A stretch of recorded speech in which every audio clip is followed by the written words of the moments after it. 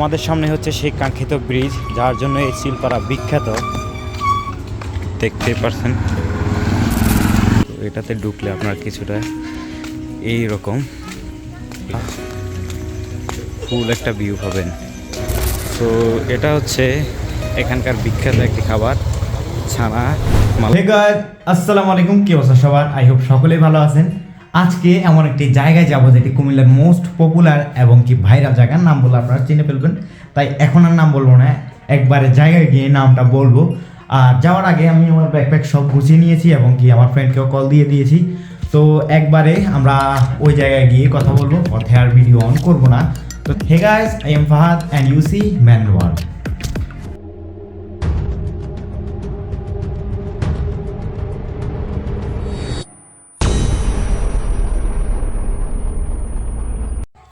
তো এখন মূলত আমি আসল কথা অর্ধেক পথ থেকে আবার ফিরে এসেছি, টাকা বাড়িতেই রেখে গিয়েছি, এখন আবার যাচ্ছি বাড়ি থেকে। তো যেতে যেতে হয়তো সন্ধ্যা হয়ে যাবে, তো দেখা যাক। তো ফাইনালি আমরা এসে পৌঁছালাম সেই কাঙ্ক্ষিত জায়গা চিলপাড়াতে। আর আমরা একটা সংকোচের ভিতরে ছিলাম, যেটা হচ্ছে আসার মানে কোনো দেরি হয়ে যাবে কিনা, সূর্য থাকবে কিনা। তো আলহামদুলিল্লাহ আমরা সূর্য পেয়েছি এবং কি যথেষ্ট আলো আছে, এই আলোতে ভিডিও করা যাবে। আর দেখতে পাচ্ছেন চিলপাড়া যে ব্রিজটা আছে, এটা হচ্ছে ওইটা।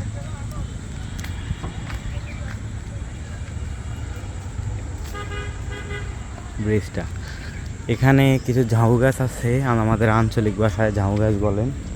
এবং এই জায়গা থেকে আপনারা লেকটার ভিউ ফুল দেখতে পারবেন।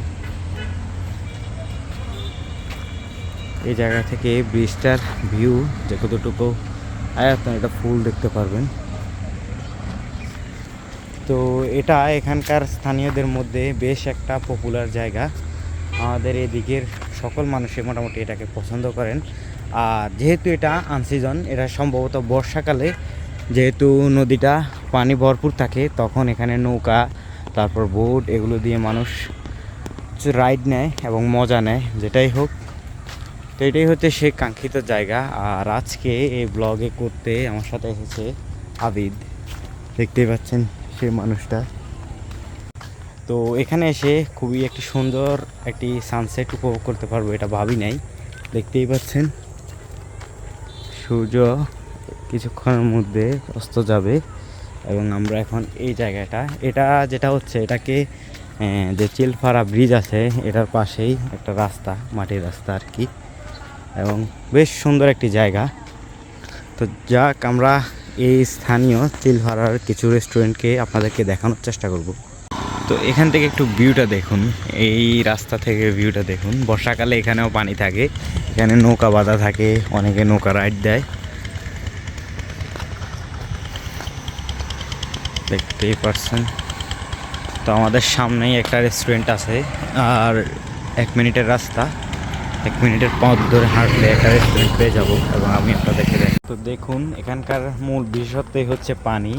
আর যে সময় পানি নেই আমরা ওই সময় ব্লগটা করতে আসছি। আচ্ছা, সমস্যা নাই, পানি থাকাকালীন অবস্থায় আমরা আরও একবার আসবো এবং আমরা আরও একবার আপনাদেরকে দেখাবো। তো এটি হচ্ছে সে কাঙ্ক্ষিত রেস্টুরেন্ট, দেখা যাক। আমরা এটার ভিতরে একটু ঢুকবো এবং ঢোকার পরে এটার পরিবেশটা আমরা আপনাদেরকে দেখাবো।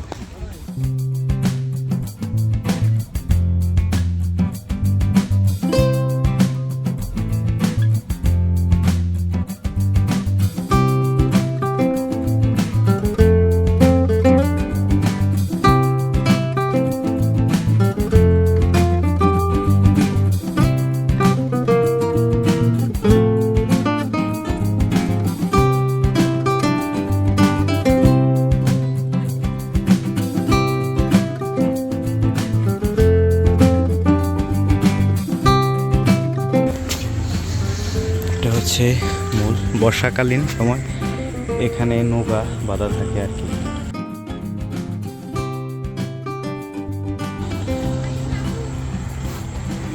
আর এখানে খাওয়ার জন্য অনেকগুলো টেবিল আছে এবং এখানে অনেকগুলো টেবিল আছে।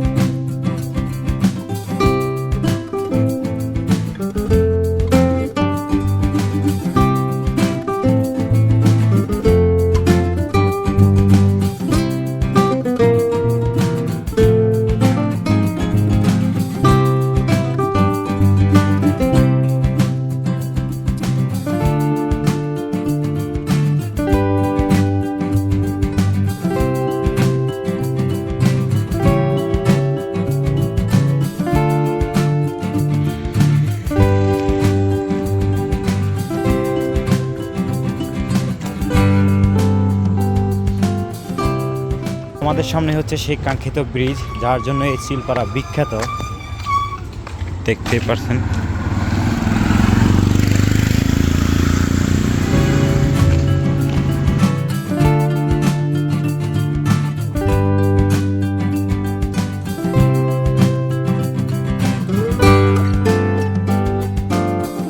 তো দেখতেই পাচ্ছেন এটাই সেই ব্রিজ। এখান থেকেই আপনারা অনেক দৃশ্য উপভোগ করতে পারবেন।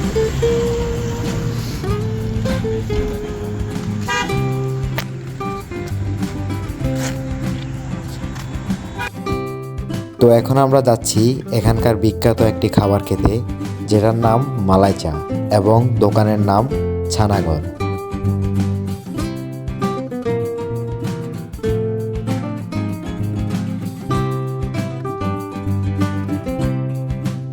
তো এটা হচ্ছে এখানকার বিখ্যাত একটি খাবার, ছানা মালাই চা।